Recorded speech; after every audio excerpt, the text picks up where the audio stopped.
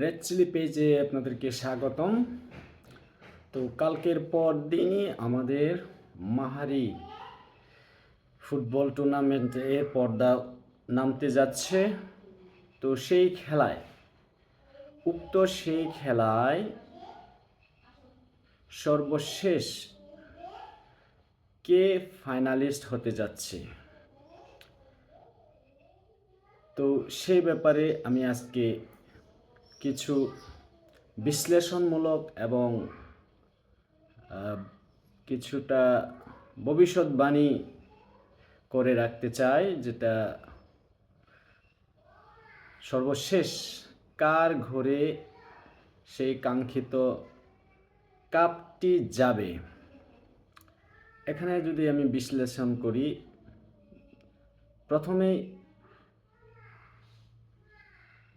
Rema versus Manda, তাদের যে খেলার কৌশল এবং তাদের যে খেলার টেকনিক, তাদের যে খেলার গতি, সেটা বিশ্লেষণ করলে দেখা যায় যে রেমা এখানে কিছুটা এগিয়ে থাকছে এবং তাদের ম্যান পাওয়ার এবং দর্শকদের উৎসাহ সব কিছু মিলিয়ে এখানে রেমা অনেকটা এগিয়ে থাকছে।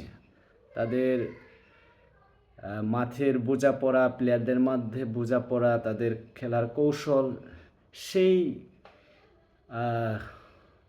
সেটা বিবেচনা করলে আমি আমার ব্যক্তিগত মতামত থেকে বলতে পারি রেমা এখানে অনেকটা এগিয়ে থাকছে। এরপর হচ্ছে আপনার নকরেক ভার্সেস রাকসাম। তো এখানে অনেক কিছু ব্যাপার ডিপেন্ড করে। তো নকরেকদের ম্যান পাওয়ার এবং দর্শকদের সাপোর্ট সব কিছু মিলিয়ে নকরেকটা অনেক শক্তিশালী এবং অনেক স্ট্রং। তাদের যে খেলার ধরন, তাদের যে খেলার স্টেমিনা, তাদের যে গুছানো খেলা, তাদের যে টিম বন্ডিং, এটা নিঃসন্দেহে বলা চলে একটা অনেক শক্তিশালী টিম। তাদেরকে তাদের ডিফেন্সিভ ভেদ করে গোল করাটা অনেক দুঃসাধ্য ব্যাপার। তবে আমরা যদি দেখি আমাদের সেই বিশ্বকাপ খেলায় এরকম অনেক শক্ত শক্ত দল বা টিম, তারা তাদের ডিফেন্সিভ বা তাদের টিম বন্ডিং অনেক শক্ত থাকার পরেও শেষ পর্যন্ত তারা অনেক ক্ষেত্রে প্রথম রাউন্ডেই বিদায় হয়ে যায়। অনেক সময় আমরা প্রেডিক্ট করি বা ভবিষ্যৎবাণী করি, অনেক খেলা দেখে, তাদের খেলার কৌশল ধরন দেখে, গতি দেখে আমরা ভবিষ্যৎবাণী করি বা আগে থেকে বলে রাখি যে অমুক দল এবার চ্যাম্পিয়ন হবে বা সেমিফাইনাল খেলবে। সেক্ষেত্রে এরকম কোনোটা কাজে আসে না অনেক সময়। সেটা হচ্ছে অনেক সময় দুর্ঘটনার শিকার হয়ে যায়। তো সেক্ষেত্রে নকরেকদের ক্ষেত্রেও এরকম ঘটাটা অস্বাভাবিক কিছু নয়। আর নকরেকের বিপরীতে যে টিমটা খেলতে যাচ্ছে সেটা হচ্ছে রাকসাম। রাকসাম হচ্ছে একটা কমপ্লিট টিম। সেখানে তারা তাদের ব্যালেন্স টিম, তাদের ডিফেন্সিভ, মিডফিল্ড এবং আক্রমণভাগ, সেক্ষেত্রে এই কমপ্লিট টিম দিয়ে তারা তাদের জয়টা সুনিশ্চিত করার সামর্থ্য রাখে নকরেকের বিপরীতে। তো যে কোনো সময় এরকম একটা দুর্ঘটনা ঘটতেই পারে, সেটা স্বাভাবিক।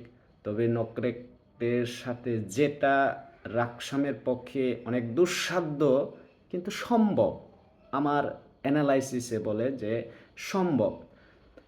আবার নকরেকও সেটা ঠিক বিপরীতটা করতে পারে। তারা হয়তোবা তাদের কবজায়, তাদের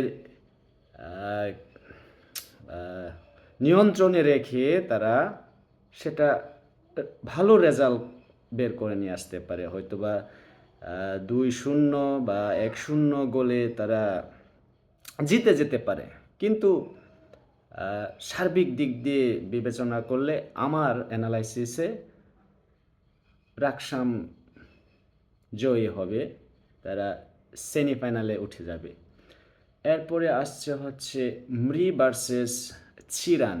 এখানে দুইটা টিমই তাদের ব্যালেন্স টিম, দুইটাই শক্তিশালী, দুইটা খেলার কৌশল, ধরন, অ্যাটাকিং এবং তাদের যে ডিফেন্সিভ সব কিছু সেম টু সেম। তাদের যে খেলার গতি দুইটাই সেম। এখানে তাদের যে খেলার এইজ, তাদের ব্যালেন্স টিম বলা চলে।